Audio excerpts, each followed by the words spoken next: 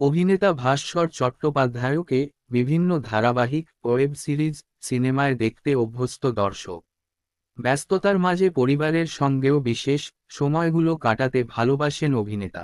মা বাবার একমাত্র ছেলে ভাস্বর চট্টোপাধ্যায়। বরাবরই পিসির মেয়ে, জেঠুর মেয়েদের থেকে ফোঁটা পেয়েছেন অভিনেতা।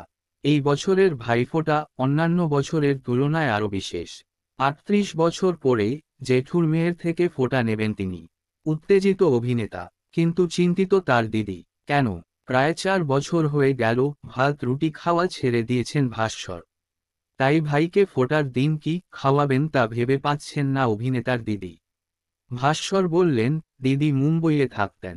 ১৯৮৭ সালে শেষবার ফোঁটা পেয়েছিলাম দিদির থেকে। তখন আমি সপ্তম শ্রেণীর ছাত্র। তারপর দিদিও আসতে পারেননি কলকাতায়। তাই আর ভাইফোঁটা নেওয়া হয়নি। এত বছর পর আবার একসঙ্গে ভাইফোঁটার দিনটা উদযাপন করবেন তারা। ভাস্বর যোগ করেন, দিদি বলেছে এই দিন যদি বলি ভাত রুটি খাবো না, তাহলে চলবে না। আসলে আমি তো বেশ কিছু বছরও সব খাওয়া ছেড়েই দিয়েছি। কিন্তু দিদিদের আবদার ফেলতে পারবো না। ফোঁটার দিনে তাই সব খাবারই খেয়ে নেব। সদ্য শেষ হয়েছে ভাস্বর অভিনীত ধারাবাহিক গীতা এলএলবি।